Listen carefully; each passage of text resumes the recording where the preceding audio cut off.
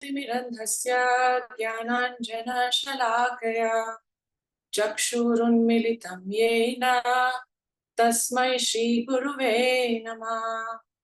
जय श्री कृष्ण चैतन्य प्रभु नित्यानंद श्री अद्वैत गदाधर शिवासदि गौर भक्त वृंदा। हरे कृष्णा कृष्ण कृष्ण हरे हरे, हरे Ram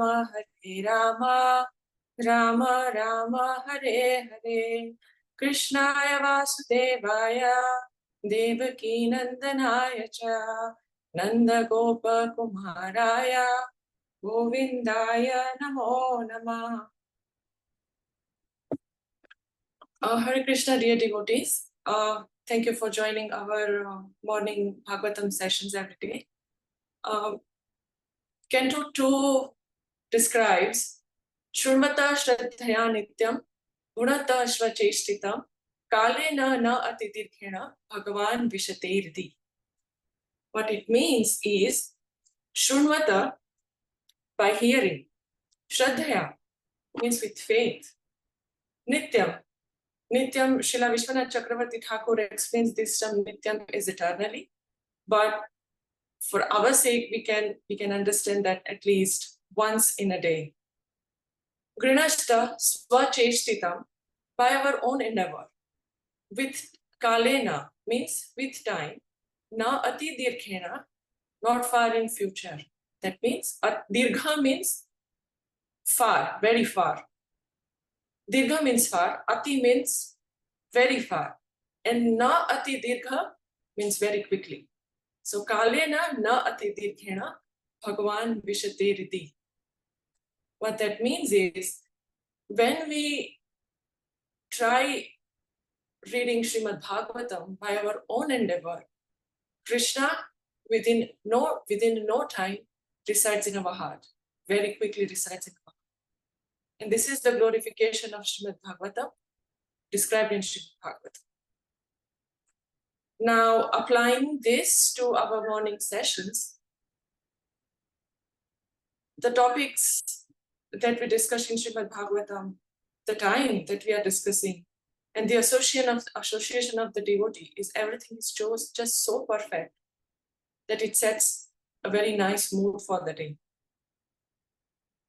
And we hear a devotee saying this time and again, that when we prioritize Krishna in our life, he makes adjustment in other things so that our disturbance get minimized, our interruptions get minimized.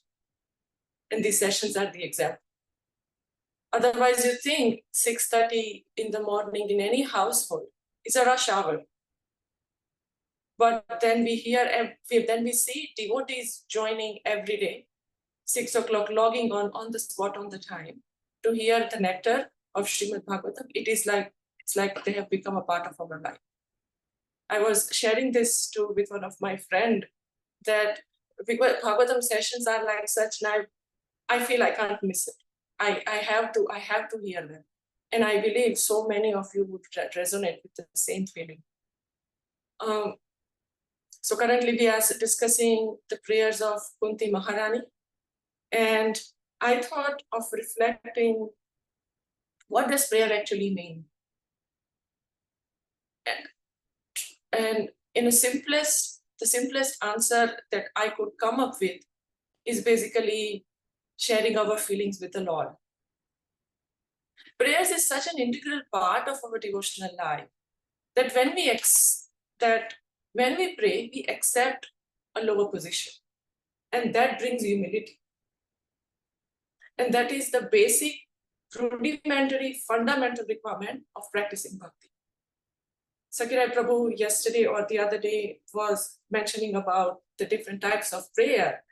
And basically when we try to pray, what we do, we glorify, we say thank you to Krishna, we seek forgiveness, or we ask for help. And these are the and we would see in the different prayers of Srīmad Bhāgavatam as we read them, we learn them. But in order to do any of these activities, we have to accept someone as a higher position than us. And that means we have to put ourselves in the lower position automatically. That means we have to be humble. Kuntī Maharani offering such prayers. Now, if we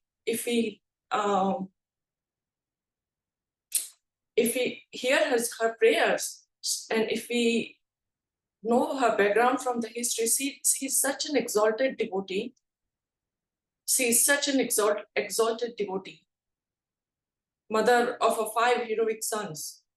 He was a wife of a powerful king once. And when, after the battle of Kurukshetra, when Krishna was about to leave Hastinapur, in the anticipation of a feeling of a separation from Krishna, she starts sharing her feeling with Krishna, straight from her heart, spontaneously said, unlike us, I would say for myself, where we have to prepare and present. And when we hear these prayers and try and understand and contemplate on the philosophy that is presented with these prayers, it sounds very much like Bhagavad Gita. If we read the verses and try to understand the crux of these verses, it's very much like Bhagavad Gita. Krishna in Bhagavad Gita say, I am the original person, and I am the source of everything. Aham sarvasya prabhavo matta sarva pravartate. But when the same thing is actually said by his pure devotees, what happens is, when Kuntī Maharani says, Namaste Purusham Tvadyam Ishwaram Prakrute Param, it becomes more convincing for us. And they are sweeter, they are very heartfelt, because they are full of devotions of they are full of loving emotions of the devotee. The philosophy becomes more palatable to us. And that is the beauty of Srīmad Bhāgavatam. So with this mood, we will try to continue the study today. Next verse 30. Om Namo Bhagavate Vasudevaya. Om Namo Bhagavate Vasudevaya. Om Namo Bhagavate Vasudevaya.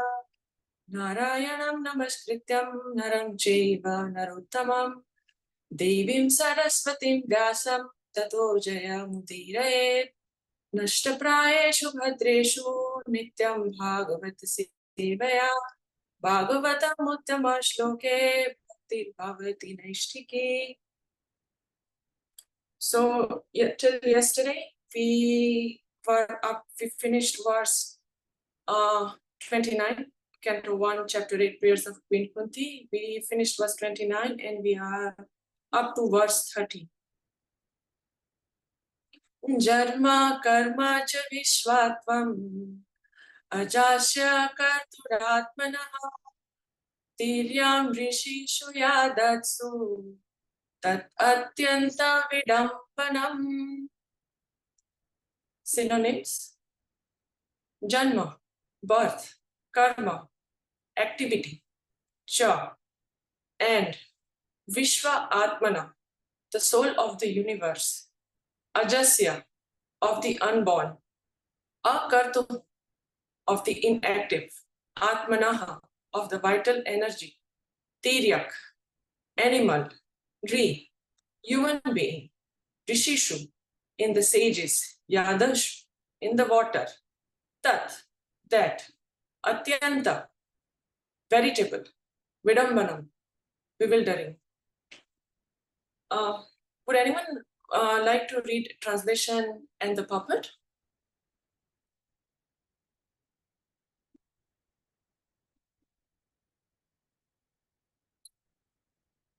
Okay. I can read. Okay, you can go ahead, Prabhu. Nandita Mataji, sorry, I couldn't hear you, Mataji. I said Prabhu can go ahead. Oh, Okay. Sorry, go ahead.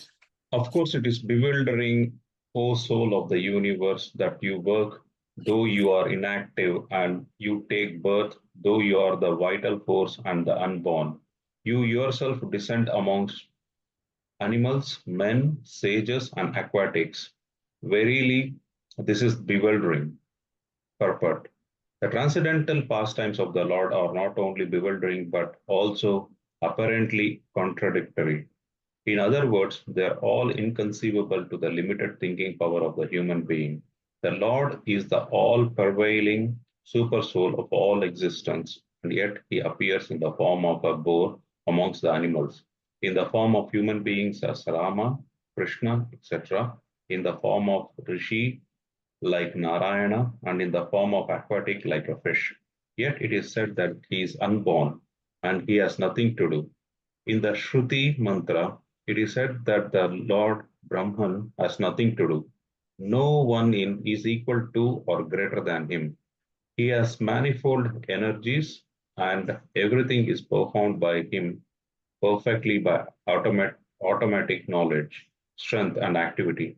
All these statements prove without any question that the Lord's activities, forms, and deeds are all inconceivable to our limited thinking power. And because He is inconceivably powerful, everything is possible in Him.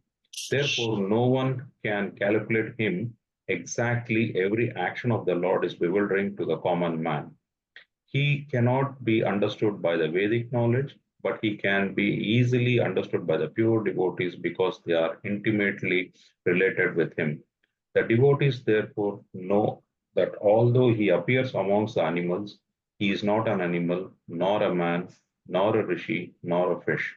He is eternally the Supreme Lord in all circumstances. Hare Krishna Mataji, thank you. Thank you, Prabhu. So as we read the translation of this verse, of course, this is bewildering. A soul, O soul of the universe, that you work, though you are inactive, and that you take birth, you are the vital force of the unborn. You yourself descend amongst the animals, men, sages, and aquatics. Verily, this is bewildering.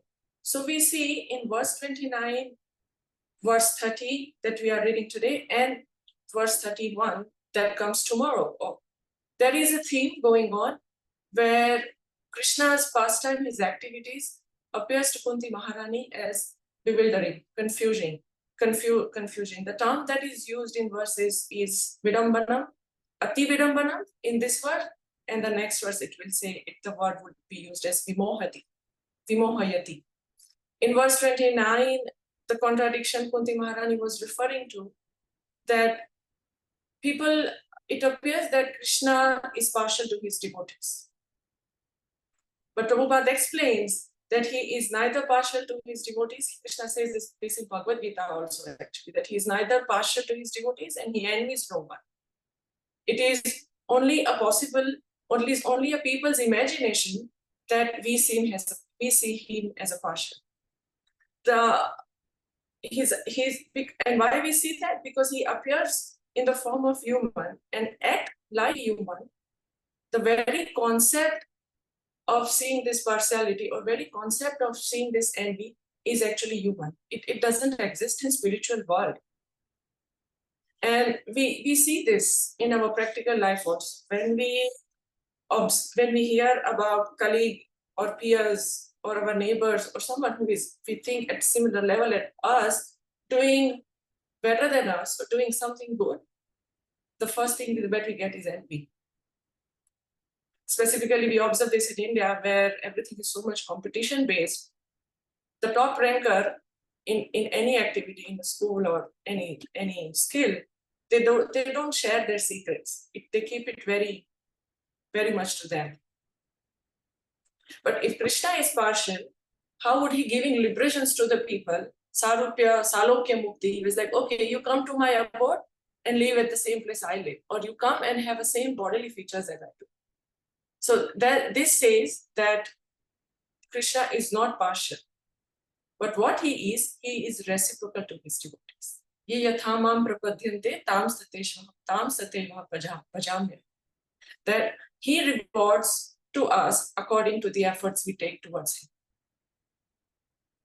And Sakira Prabhu, couple of days in his class, shared this example that when he asked Bhuticharu Maharaj that why do we feel that Krishna is favoring to some devotees only, and Bhakti Charu Maharaj responded that it is like a rain is raining everywhere. If you try to catch the rain in your hands like that, you can only going to catch that one. If you put the bucket outside in the sky, you'll get the bucket of the rain. That's the principle. So that is verse 29. Now in verse 30, Kuntī Maharani talks about 3 contradictions. So first she is saying, you are unborn, Aja. But then you appeared as a son of Vasudeva and Devaki. Then she is saying, you are Akartuha. But then you are performing so much activities. She is saying, you are Vishwatmana, the soul of the universe. But then you also appear as a person. And most bewildering is that you appear as animal, as sages, half man, half lion, aquatics. So all this phenomena is very confusing, atyant vidambana. And at the same time, they are contradictory also. To understand or to unpack this a little bit, let's delve into Krishna's pastime. When Chaitanya Mahaprabhu was a baby, he was Nimai. His name was Nimai. And at that time, miracles used to happen in Jagannath Mishra's house. There used to be a footprint in the house. They used to hear the ankle bells in the house. And Jagannath Mishra, after evaluating all the situations and reviewing everything, he concluded it is the Saligram Shila in the house. Shaligram Shila is the Lord, and they can do everything and anything. But what they also decided, because Nimai he was just a baby then, he couldn't even walk, that there was no question that Nimai would do something like that. Right? So because he has such tiny body that he wouldn't do something magical like that.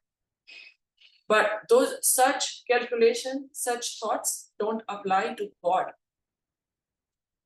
Take another example. When Putana comes to kill little Krishna, when you first look at the child, she thought, oh, he is the all-powerful Krishna who has appeared to kill Kamsa, who can destroy the entire universe. And the next moment he look at the Krishna and thinks, he's just a baby, just a little child. And then here is my poison, I'm all ready to kill him. But actually, that little Krishna was able to kill Putana, and he can destroy the entire universe. So in this way, we can understand that Krishna is unlimitedly powerful. He is Advaitam, Achyutam, Anadim Rupam. We hear this in Brahma Samhita, that he's without second, he's inconceivable. He has unlimited forms, and all his forms are unlimited. And we appreciate Krishna in this way also.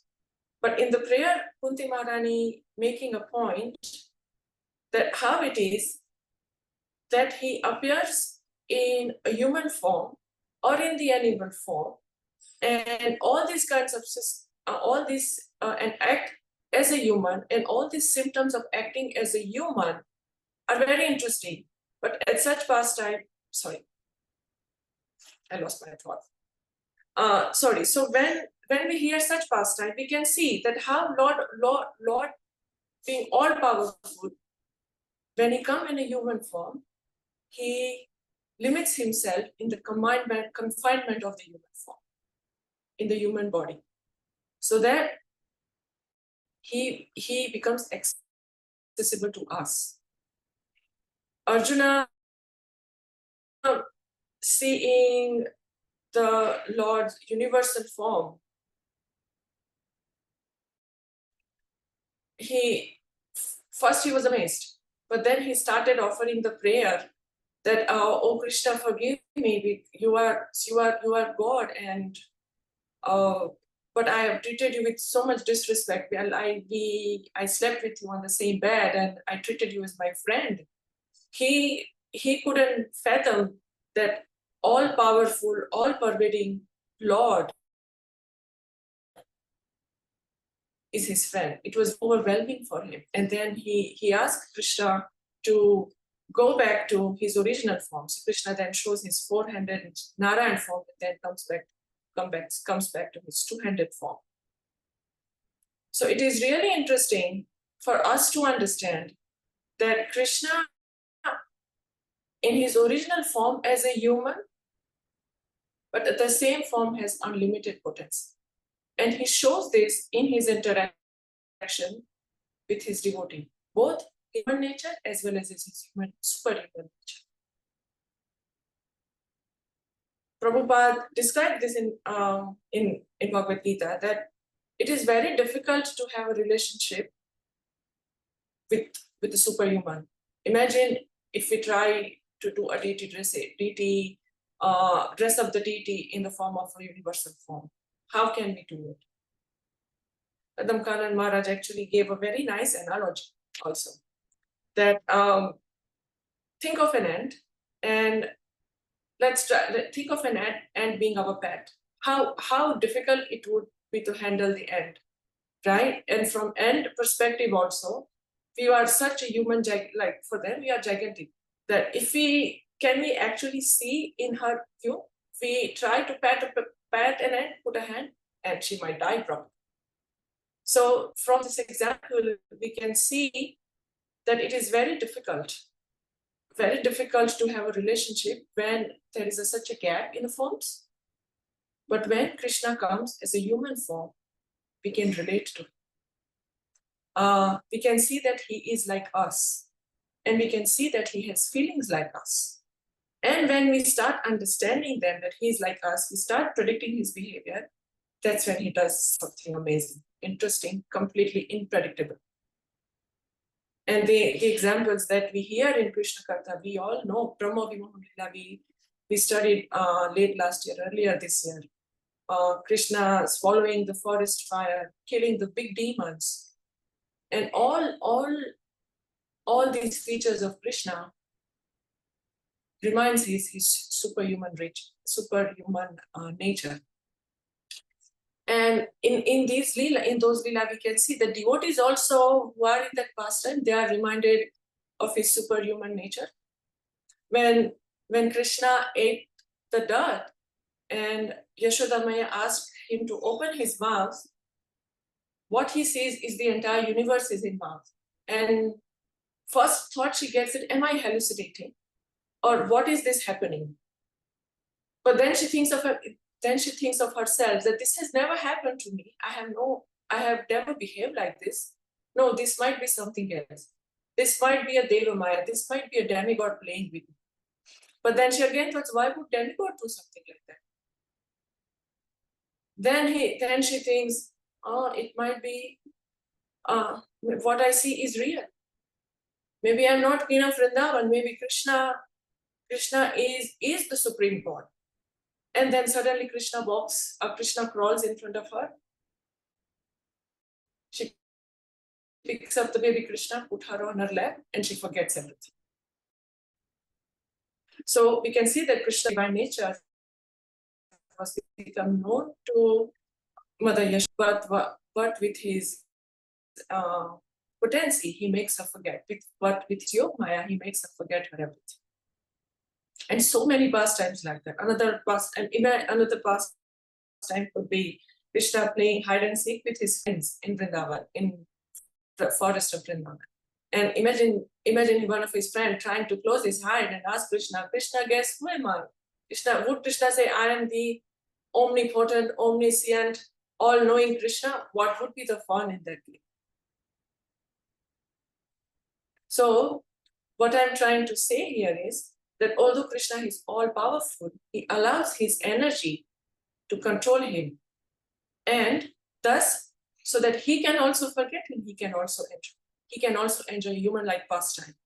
We have to remember that he is not limited to his energy, to the Yoga Maya, but he voluntarily placed himself so that voluntarily place himself in this limiting influence, so that there is a rasa, there is a mellow for the devotees and as well as for us.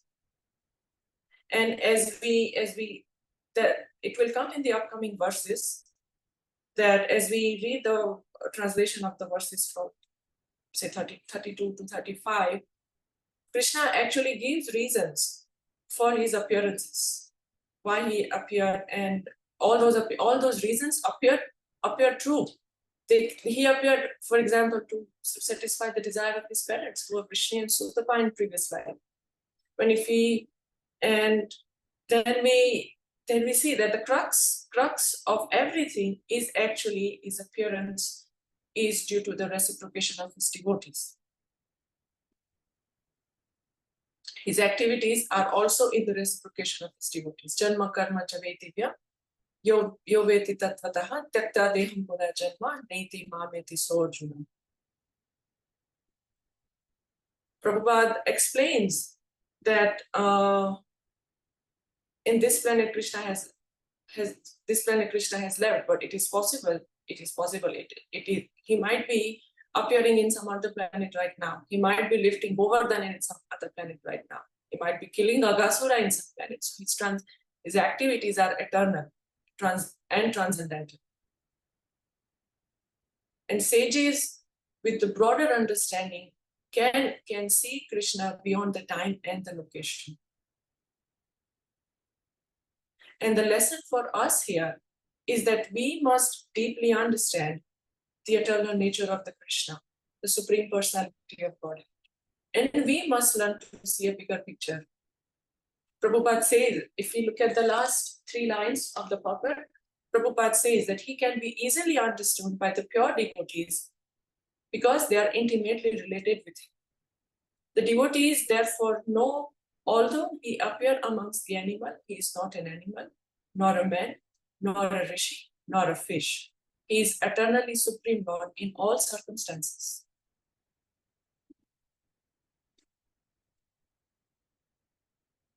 Kadamkanan Maharaj was saying this in this connection, that we need to learn to connect with this eternal reality, so that we can become aloof from the temporariness of this life. Commonly, we get confused when certain things happen with us in our life. Like common question that comes in devotee mind, we hear in the other classes also time and again, why do good things happen to bad? Why do bad things happen to people? But if we understand this in a concept of eternity and such a temporariness of the life or the moment that we are living in, it pacifies us. And when we observe such contradiction, they are not contradiction, they are apparent contradiction. In reality, Krishna is superhuman, so he acts both ways. But instead of questioning them, we try to harmonize and learn and understand them. Prabhupada was telling his disciples once that, you know what, Krishna's pastime is such that we can never understand them. Then one of the devotees asked this question, then why did you write all these books? So then Prabhupada's answer was, that so that you can understand that we cannot understand Krishna.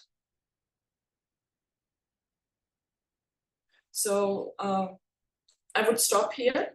We have only 1 minute left. If there is any question, any comment, please unmute and share your thoughts.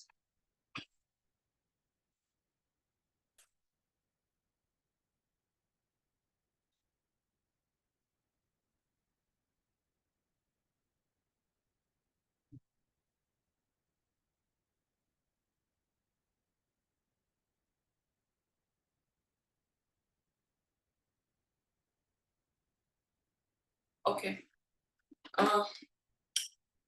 It's 7 o'clock. We are right on the... Sorry, Prabhu, you were saying something. Thank you, Mataji. Thank you very much for the class. Thank you, Prabhu. It's 7 o'clock, right on the time. Thank you all for joining Srīmad Bhāgavatam session in the morning. we hope, I hope that all of you have a nice Krishna conscious day. Grantha Srīmad Bhāgavatam ki jai. Jai. Hare Krishna Mataji, thank you very much. Hare Krishna Thank you, Mataji. Mataji. Thank you very much, Krishna Mataji. Mataji. Thank Hare you. Krishna Thank you very much, Mataji. Radha.